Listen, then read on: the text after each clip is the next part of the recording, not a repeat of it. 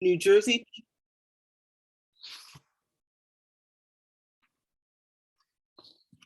teachers are to teach American history, inclusive of contributions, sacrifices, and advances African Americans have made and continue to make in this country.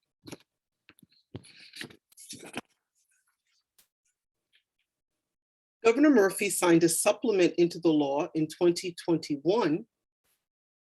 It requires instruction infused the centuries of accomplishments by African Americans in the building and development of America, including areas of industry, the professions, local communities, culture, arts, and the sciences.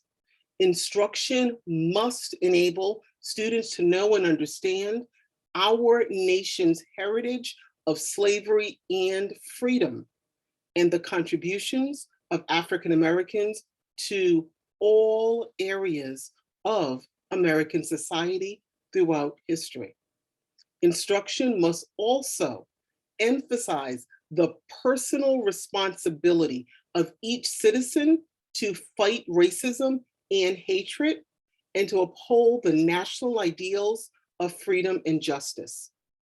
Assessment tools for New Jersey schools are to be inclusive of the curricular requirements.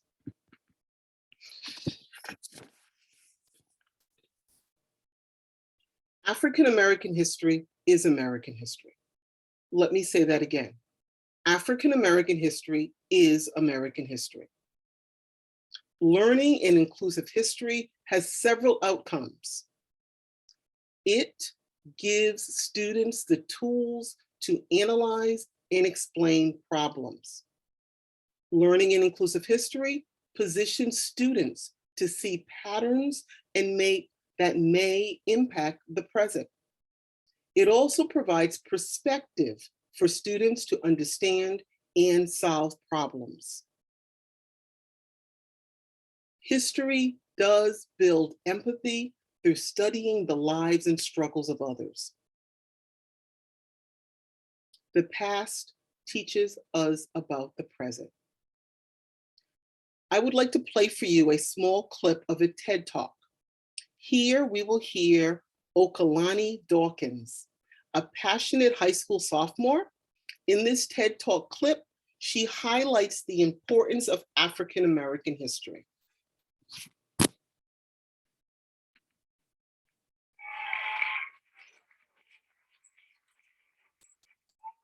So let me stop here. I need to hear from someone on the other side. Can you see and hear my screen? I can see it. I don't hear it at the moment, but I was hearing it. Okay, here we go. How do we define Black history? Is it a plethora of stories about slavery confined to a single 28-day or 29-day month? Is it a watered down 2-hour version of what the Black experience is really like? Or does it look like your tired peers in your 9th grade social studies class complaining to you about how exhausting it is to be learning about Dr. King for the 10th time since 2nd grade? In light of our current socio-political climate, the need for non-conventional Black stories to be integrated into American history and English curricula is at its highest, because they convey to students the adversity African Americans face on a day-to-day basis, and how several of them have learned to create and innovate in spite of this. Now, I was raised in an environment where several people I was close to didn't look like me. My mother is a Pacific Islander, my father is Black, and for all my life, we've lived in an area populated by a small minority of Black family, friends, and overall students. In school, we were taught lessons about several European inventors and innovators like Leonardo da Vinci, Charles Darwin, Albert Einstein, Susan B. Anthony, Christopher Columbus, Abraham Lincoln, the list goes on. But I can never necessarily fit myself into the mold of these narratives solely because they were presented through a lens that I could not personally identify with, and they didn't feature individuals whose stories even vaguely resembled my own. Now, granted, we would learn about Dr. King and Rosa Parks when February rolled around out of the school's own obligation, but it gave me the impression that all people of color have been doing for these past few centuries is fight for their basic human rights and do nothing else but protest the white patriarchy, and that the world only held one man and one woman responsible for paving the way for the civil rights movement. I wasn't exposed to the idea that people of color in this country could be artists, inventors, or politicians until I researched this realm of learning in my free time. I had no idea what Black history looked like until I became aware of the struggle in which several Black artists and innovators' voices go unheard or masked. The struggle in which European history can often be learned within a core curriculum, but Black history can only be learned through an elective. The struggle in which our textbooks turn a blind eye to the way people of color have revolutionized the way we live our day-to-day lives.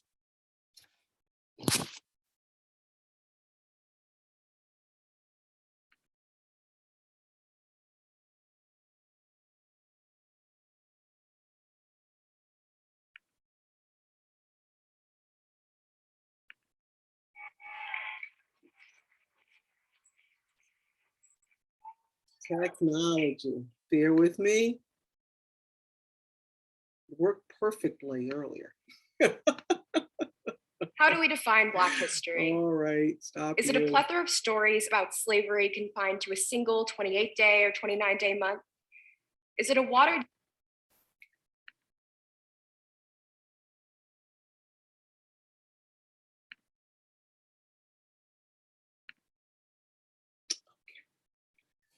I'm back to my screen. Brian, can you see my screen? Yes, I can. Very good.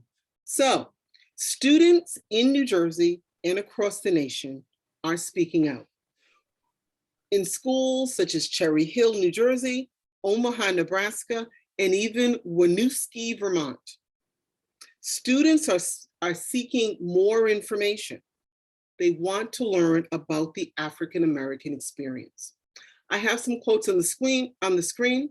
Here's a quote from a Cherry Hill, New Jersey 7th grader who said she learned, quote, virtually the same lesson her mother learned 20 years ago at the same school. Another student said, the only thing we learn about African American history is slavery and civil rights in the civil rights movement. We existed before slavery. The whole issue with racism is that kids aren't taught to humanize other people who aren't like them, said Bianca Garcia, who attended school in Wayne, New Jersey, and went on to launch a petition on change.org. I have a quote here from Congresswoman Yvette Diane Clark. She says, we must never forget that Black history is American history. The achievements of African Americans have contributed to our nation's greatness. From America's beginnings, when people of Africa, Europe, and the Americas converged and moved through colonialism, revolution, and into the new nation. We can look at expansion, divisions in our nation, war and reconstruction, migration, industrialization, in frontier towns and in urban centers. American history, African American history is American history. American history is inclusive of African American history.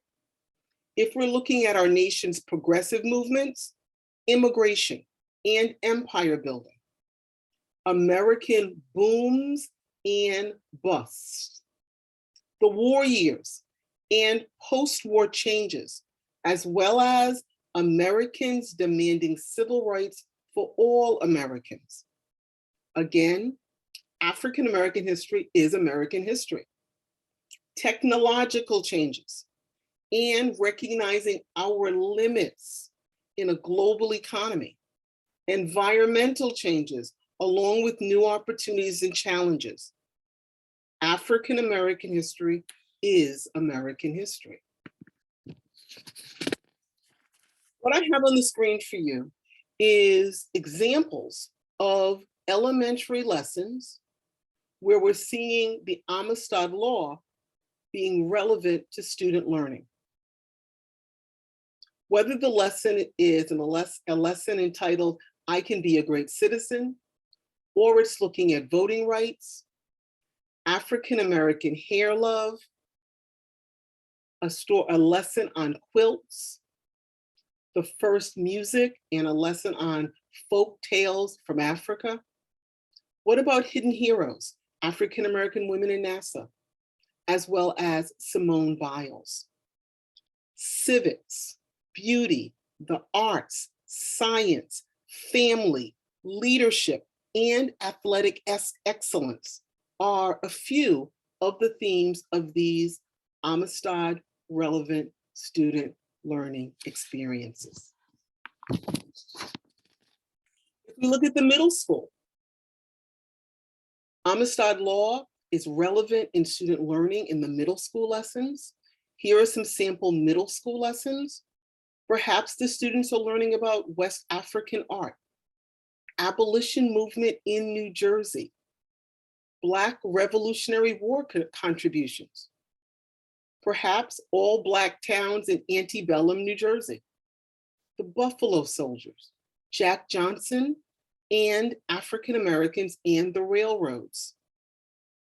Again, art, civics, New Jersey, early America, sports, transportation, and education are themes in these lessons.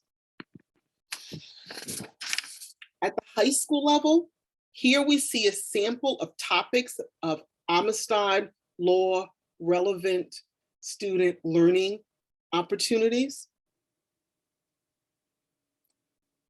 Perhaps a lesson on Lord Dunmore's proclamation, or free African Americans in the antebellum era. What about learning about the 54th Massachusetts and Black Civil War soldiers? African Americans during Reconstruction, African American women and the 19th Amendment, the Great Migration, the largest single migration in our nation that brought millions of African Americans to northern, western, eastern cities, seeking opportunities and escaping the horrors of racism in the Jim Crow South.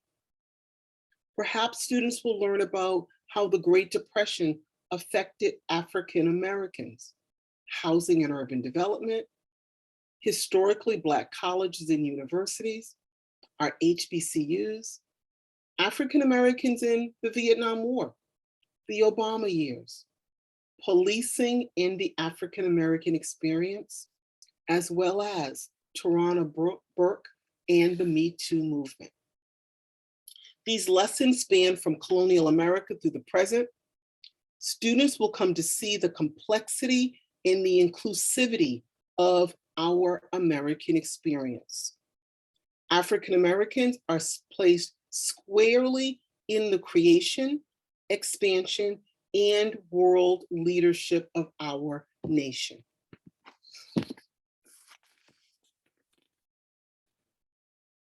Juneteenth, the Tulsa Race Massacre, Black Lives Matter, the 1619 Project. Across the nation, there is ongoing debate about what should be taught and whose story should be told in our history classes. This is a long battle. Fights over how we tell our American story go back for more than a century. The debate over Confederate monuments and commemorating Black Wall Street are such examples. Were the Confederate leaders American heroes or traitors? Was Tulsa a race riot or a race massacre? Our students are living this debate. In high school classes, students are learning skills needed to analyze and make connections and discuss current issues that are sometimes subjects of public debate and social policy. High school lessons on these topics provide our students an opportunity to learn. Let's face it, we know they are receiving unfiltered messages via social media. It is in classrooms where teachers with Amistad training explore these current topics. These social studies teachers are integrating historical documents and multiple sources into lessons to give space for varying points of view.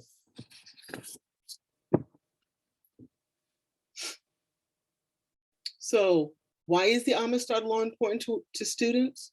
Well, teaching inclusive history helps students. It helps them see themselves and their neighbors in the story of our past and our present. It helps students become more engaged in school and society and see the complexities of our American story. It helps students develop a deeper sense of belonging. Research shows that the self-image of students can improve by seeing themselves in the lessons and text. The act of positive representation can impact student learning.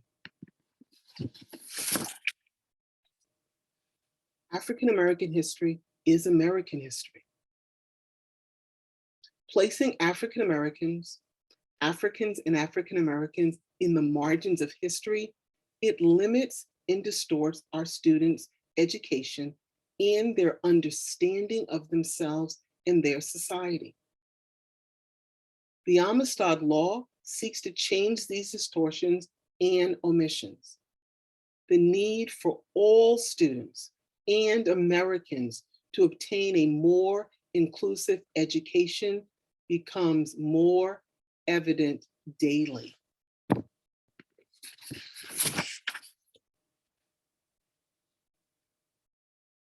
Students are learning an inclusive history. Our history is complex and inclusive. Social studies instruction enables students to know and understand our nation's heritage of slavery and freedom, along with contributions of African Americans to areas of American society throughout history. I'm sharing with you a quote from John Ridley IV. He's an American screenwriter, television director, novelist. Many of you may have seen his movie, 12 Years a Slave. Here is his quote: "For children, diversity needs to be real and not merely relegated to learning the names of the usual suspects during Black History Month, or enjoying south of the border cuisine on Cinco de Mayo."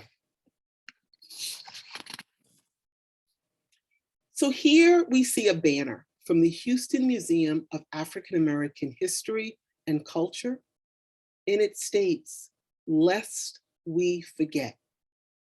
Lest we forget that we are one nation with many, many people. Lest we forget there is one story with many, many chapters.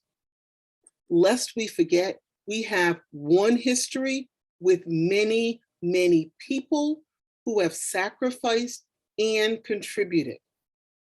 Lest we forget we share a common future.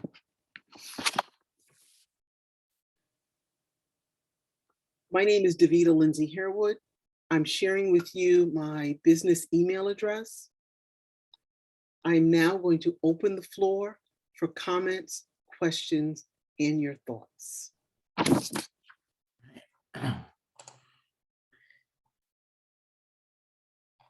So if folks want to raise your hands, I can unmute you or invite you to unmute individually.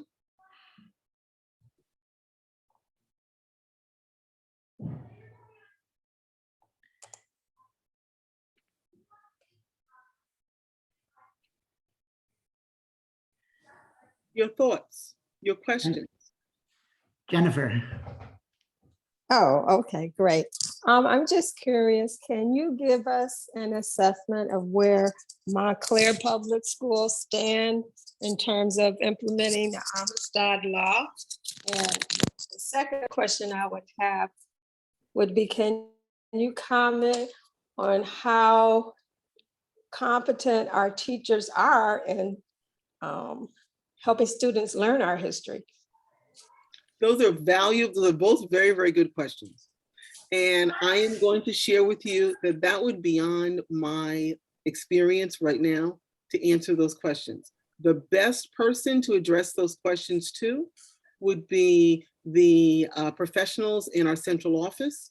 I know there has been an ongoing emphasis on the Amistad law.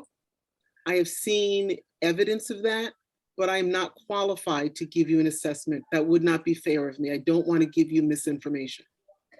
I mean, I can say on behalf of the NAACP's Education Committee that they do have a subgroup that is actively engaging with central office to get more information about how they are overseeing and monitoring faithful implementation of the Amistad law. So that conversation is happening, and they're hoping to get additional information. And again, let me just state, it's very, very valuable when those questions are asked. I would encourage you, if you're a parent, to ask your child's teacher. I would encourage you as a parent to ask your child's principal, as well as the central office staff.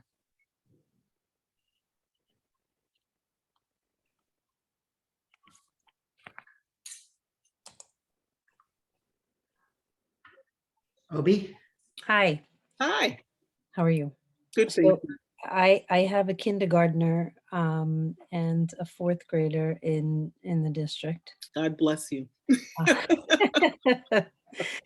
And from what I've seen, I don't really think that what you described is what's happening in their classrooms. I feel is my daughter's kindergarten class, even though they're very young, I think she makes an effort. And then, so my question is, so this is a state law, but how does the state follow through to make sure that this is happening? Excellent question. So the state has an Amistad Commission who is responsible for working with districts and teachers to ensure that there's training each summer. They've done that for many years now. We know that COVID has impacted all of us. But for many years prior to this historic experience we're going through right now, they have held workshops every summer. They also, which actual lesson plans and strategies and resources. There are also online resources put out through the state's Amistad Commission, as well as they hold workshops and seminars throughout the school year that are made available for teachers. And often the community is invited also. So there are resources available. Again, as I mentioned earlier to the other person who asked the questions, ask your teachers, ask the question.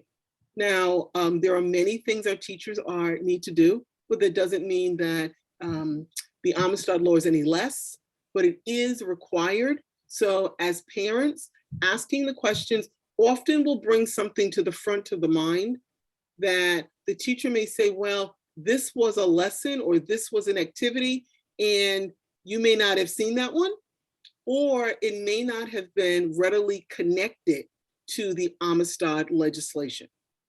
So let's ask questions, let's look for examples, and let's work with our teachers and our school districts to implement this law that, as I mentioned, has been supplemented as early as 2021.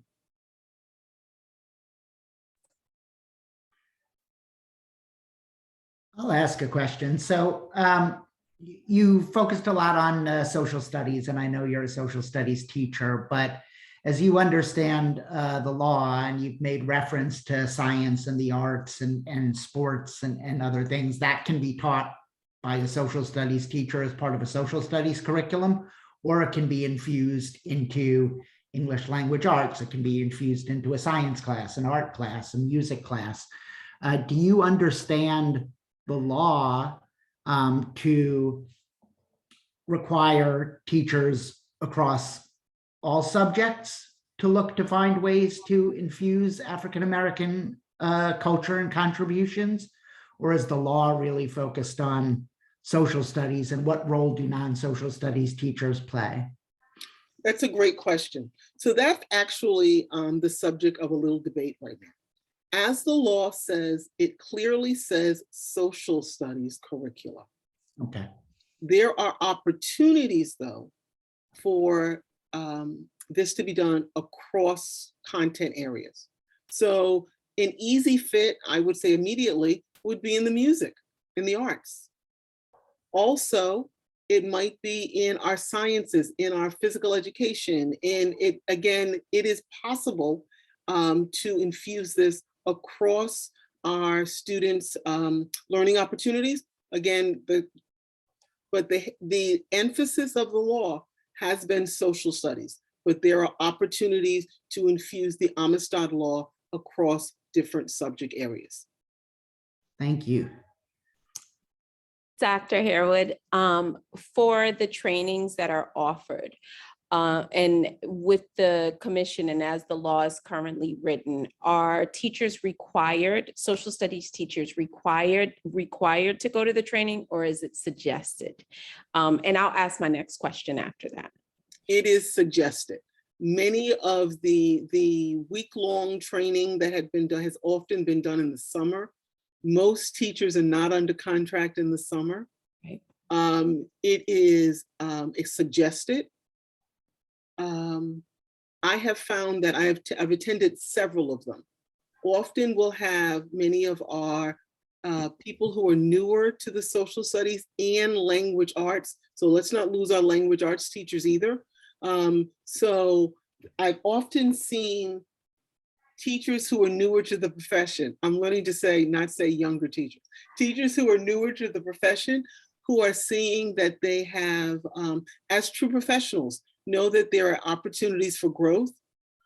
And I don't know if it was recommended that they attend by an administrator who may see an opportunity more blatantly for growth, or it's something that they became aware of through a colleague or through the advertisement of the Amistad workshops. So it varies. But the short answer is no, it is not required. And my next question is, when talking about best practice in your classroom, and so when you're looking at different units and in history, and when you're planning out your curriculum, and at this point, I'm sure yours is a well-oiled machine, but are you looking at the American experience in the sense, how often is this infused in your classroom? Let's say, like, if you're looking at the American experience during the Civil War, let's say, and that's a unit, and you're saying, here's what's happening with this group of people during that time. Here's what is happening with African Americans during that time. Is that what it looks like in your classroom? Whereas there is a consistent sort of, this is what's happening in all, in this community, that community. Thank you for that question. I find the best way to engage students is to tell the stories in our classroom. There are so many valid stories. Students want to hear more than what they've been hearing from their social studies experience in the elementary schools. So they're often familiar with the common names, as the young lady said on the TED Talk. What often engages them is when they hear the new stories. Oh, I didn't know that. I didn't know that there were women who provided medical assistance and they looked like me. Oh, I didn't know that during the Civil War that African Americans often acted as spies because they were able to more easily be invisible because they were the workers, and as a result, they were often not seen, and there was this assumption they weren't hearing and understanding. And so when students hear these stories, they begin to connect the dots. So I believe the best way to teach our American story is to be inclusive. What were women doing then? What were different immigrant groups doing? What is the Native American experience? Where are their connections in our American story? So often it's been taught in silos, with the largest silo being of men of European ancestry. Students are eager to hear the stories of women who dressed as men and fought in the Civil War. And then at my high school class, organic conversation might begin with, well, were they LGBTQ? I don't know that, but let's take a look at the evidence. What do the documents tell us? This engages students. Hearing the same stories about the same group of people that they've been hearing consistently is when I found they begin to tune out, but also giving them an opportunity to look deeper on their own at people who may look like them or may not look like them, but to hear different stories in different ways about contributors to our American story. Students are captivated by hearing these new stories. Wow, you're captivating. Thank you. Thank you. I love history. It's clear. Thank you. Thank you. You need to do an adult class. Well, here's a little plug for the Montclair History Center. We did several while we were during lockdown in COVID. I actually worked and participated with our director, who unfortunately is leaving, Jane Eliasoff. And it was a History at Home series. And she and I worked together looking at our Montclair history, and I provided the more national view. And what a debate we had and discussion when we looked at Thomas Jefferson and the children of Thomas Jefferson, a story that many Americans have not heard, the story of Sally Hemings and the children that we know historically and scientifically are their children. Was it a love story or was it something else? So again, that discussion and that debate, it's very powerful.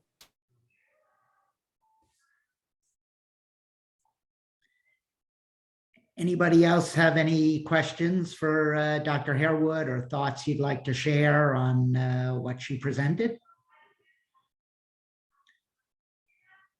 You can use the hand raise icon and I can help you unmute.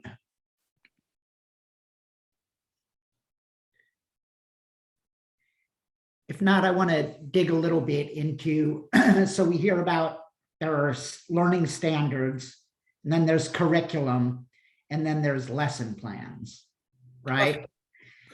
So I'm sorry. The law and the state largely sets standards, right? And at the district level, you're usually developing curriculum, and then individual teachers are developing lesson plans. So how does that, with respect to Amistad, trickle down effectively, and how do standards feed curriculum, feed lesson plan development? So as you said, Brian, correctly, the state establishes the standards. Within that standard, it might talk about learning about, I don't know, the American road system. So the district decides how and where those standards will be placed in their curriculum. Within the teachers then take the district's curriculum and develop lessons, often with their partner teachers. And so when we're looking at the lesson, so we have the standard, we know where it fits in the curriculum. Now, how are we going about helping to communicate those standards in the lesson? What activities will the students do in order to meet that standard? That's where teachers have the flexibility and they have the individuality to infuse into the lessons. So again, you're very right. The state establishes the standards to ensure that in New Jersey, students are learning key learning standards. At the district, how and where those standards will be met in a curriculum, and then the curriculum is what is used by the teachers to ensure that those standards are met. The question, it gives teachers the ability, though, to develop individual lessons where students may be using different, doing different activities to meet the standards within the curriculum. Thank you. I'm gonna invite Colleen to unmute. Hi, Colleen. Hi, sorry. Thank you very much for talking with us. I have a question. I know very little about the Amistad law, but I'm learning.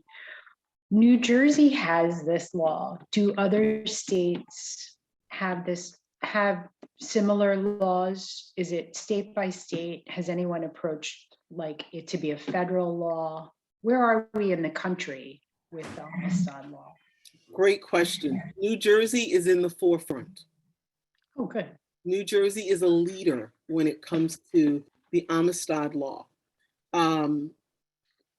Bill Payne was in our legislature when he and another legislator came together and said, this is important. Bill Payne, former New Jersey legislator, tells the story about growing up in New Jersey. And the only thing he ever heard about the African-American experience as an elementary child was a book called Little Black Sambo. He tells the story of how the teacher read this book, this derogatory book, and how the children laughed at him all the way home. He became that little black Sambo. As an adult, as a legislator, he wanted to ensure that children received a holistic view of the African-American experience. It is Bill Payne whose leadership put New Jersey in the forefront. New York has brought on some, has also partnered with the New Jersey Amistad Commission. They participated in some of the workshops that I attended, so I know they were there. I'm told that Pennsylvania also is looking at this, but yes, New Jersey is in the forefront. These are interesting times in education. Education, by and large, is a state requirement. Yes, states do receive federal funding, but education is a state requirement. Under the purview of each state. That's why it is very possible for a child to move from Montclair, New Jersey to Rockville, Maryland, as my granddaughter did as a 10th grader, to find out that they have a course there that she didn't take in Montclair High School. And so then as a junior was sitting in a classroom with freshmen because New Jersey doesn't require that course. The same would be true if someone were to come from outside of New Jersey and come into New Jersey. They would be exposed to the Amistad law, but it's very, very likely that they would not have seen this law or a law like it in the state from which they are coming. I have a question similar to Obi's question. I grew up in a small town in southern New Jersey, not Cherry Hill, very small, very rural.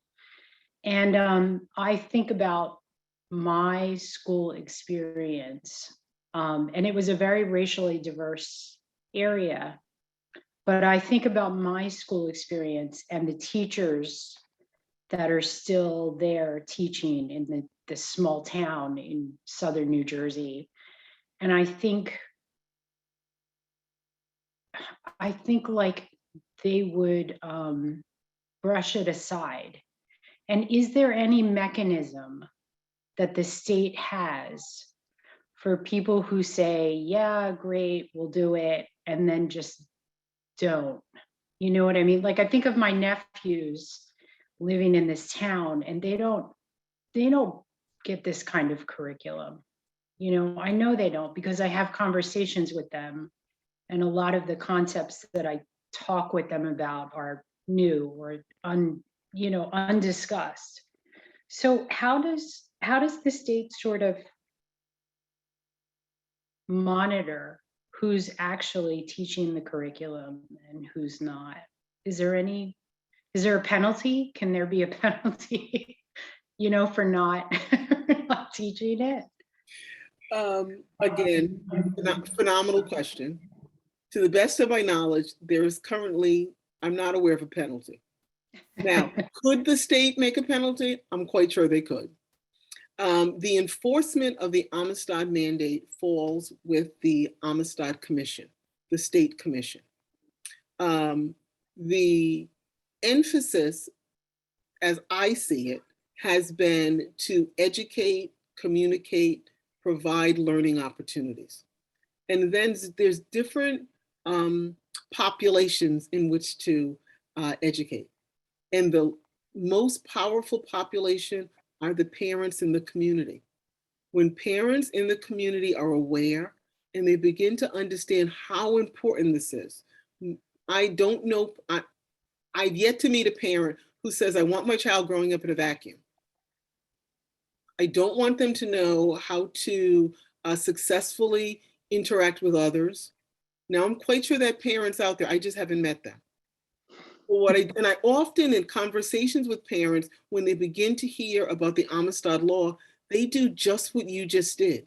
They reflect on their education. They reflect on it and they say, well, why wasn't I taught this? What did I miss? I've actually had high school students say exactly the same thing. Why wasn't I taught this? And I remember taking a breath and saying, well, that was in the 10th grade curriculum. But let me help you with this information right now, as I was teaching a class of juniors who were the student was just flabbergasted. Why didn't I learn this? Our history is vast. The most effective way, I would say, to the community and to the parents is to use your power. And that is to demand that our teachers are prepared and encouraged to teach an inclusive history. When administrators, let me go back. When parents ask, administrators start to ask. When administrators start to ask, teachers start to say, oh, how do I do this? Oh, or I have been doing this and let me show you evidence. I just may not have labeled it Amistad. Okay. Yes, teachers have the ability, and I've met many who want more, who are saying to their districts, give me more. I can't do that 2 week or that 1 week in the summer for various reasons. Many teachers have a summer job, but they're saying to their districts, provide us PD. DLH Enterprises was created, my business, here's my plug, was created for just that reason. A district notified one of my mentors, former commissioner on the Amistad commission, state commission, and said, okay, we want to do this, but we don't know how to do this. Who can help us? I worked with that district. I've been working with them for about 3 years. And I did an analysis of the curriculum. I don't teach there. I don't have any connection. Let me see the documents that the teachers would use. Did the analysis, gave the board the feedback with the superintendent and the director of curriculum. They took the information. I gave my recommendations. They said, we want to do more. We see where our strengths are, and there were some things they were doing, but it was parents and a parent group who said, my child says they never learn anything on this topic. Well, we know that often children will go home if you ask them, what did they learn today? Exactly. But looking at an in-depth look at their curriculum, it was there. Now, were there some areas for improvement? Definitely. We all have areas for improvement. This district focused on this for a 3-year run. They brought teachers in for additional professional development. They said, help us fill the gaps. They supported teachers to write curriculum under my leadership. They then went back and shared the curriculum across the district. They then encouraged their administrators to go in and look for it. We highlighted teachers who were very effective at it and allowed them to work with their peers without the administrators looking in a collegiate way.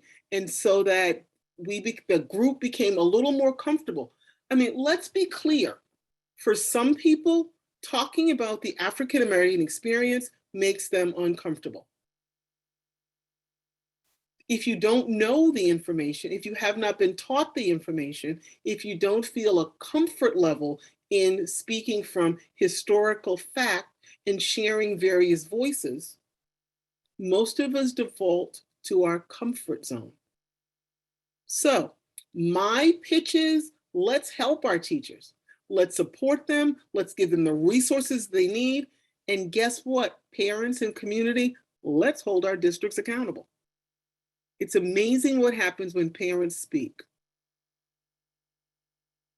And I'm preaching to the choir. Tessie has her hand up. Tessie? Yes, thank you, Brian.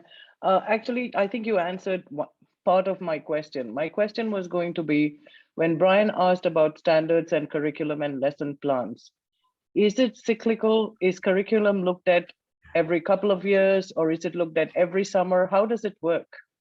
So that's a great question. And again, I'm going to give you an overview, and then I'm going to ask you to follow up with our district professionals. But I do see curriculum being reviewed yearly here in Montclair. I recently just saw an email that came out looking for teachers who are willing to work on the team to update curriculum. There is a cycle. It's every course is not done every year, but there is a timeline in place, and it does happen.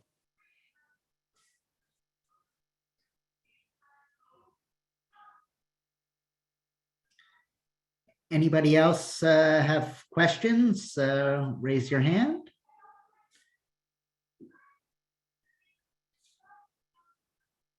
I want to quickly ask, I know recently there was a law passed with respect to AAPI history in New Jersey.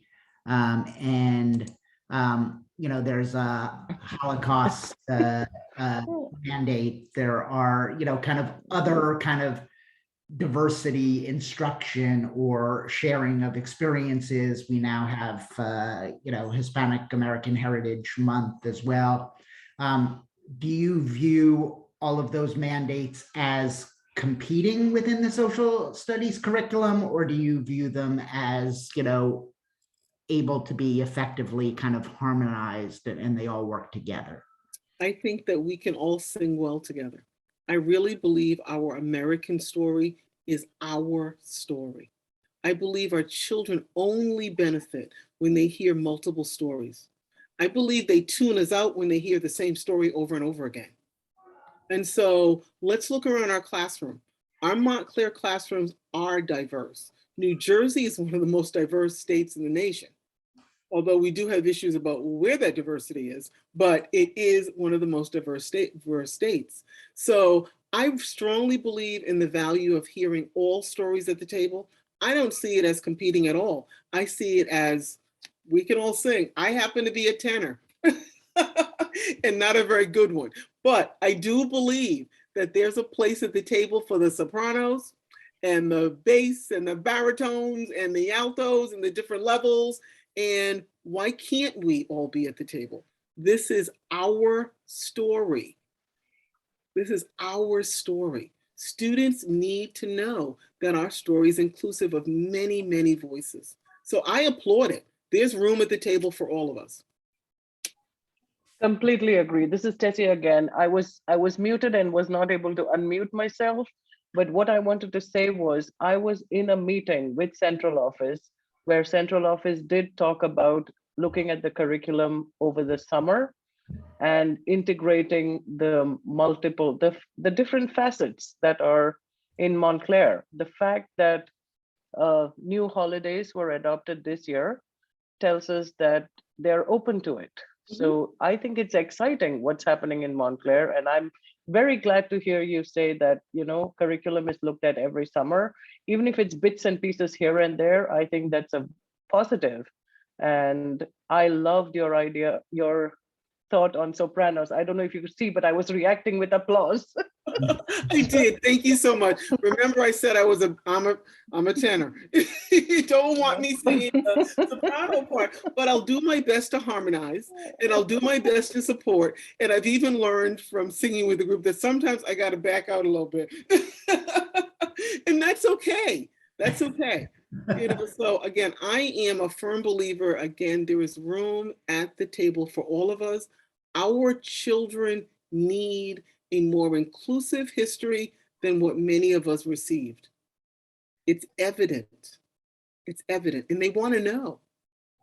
There's no sleeping allowed in my classroom. Excellent. I invited others to unmute, but I don't know if it stays. So I think the default still puts you all back to mute. You try again, Phaedra. Yes, thank you. I just want to say thank you, thank you, thank you. You are dynamic and amazing. We all need to be sitting in your class all the time. We thank you for this. We know we had to reschedule many times through, but I just, I can't say enough about you and who you are, what you are offering children, what you are offering adults, the world. We need to put you on a stage somewhere and have everyone learn in that way. But thank you, thank you, thank you, thank you for this. Thank you so much. Thank you It's been so my much. pleasure. It's been my pleasure. It was a little nerve-wracking with my Montclair community. But again, you have a lot of power. So the more you ask, the more you seek the evidence. And I'll say this again, sometimes it is happening. It's just not called this. But where it's not, we need to know. We need to know. We need to help our educators, our administrators, and let's bring them along. All right. Have a wonderful evening. Enjoy this holiday weekend. Be safe. All right.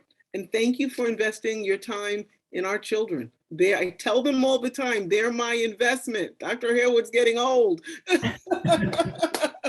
Thank you so much, Dr. Harewood. Thank you, This was thank awesome. you. Thank you, everybody, for joining us. We appreciate you giving us your time tonight. Everybody have a wonderful evening. Be well. Thank you. Good night, everyone. Good night.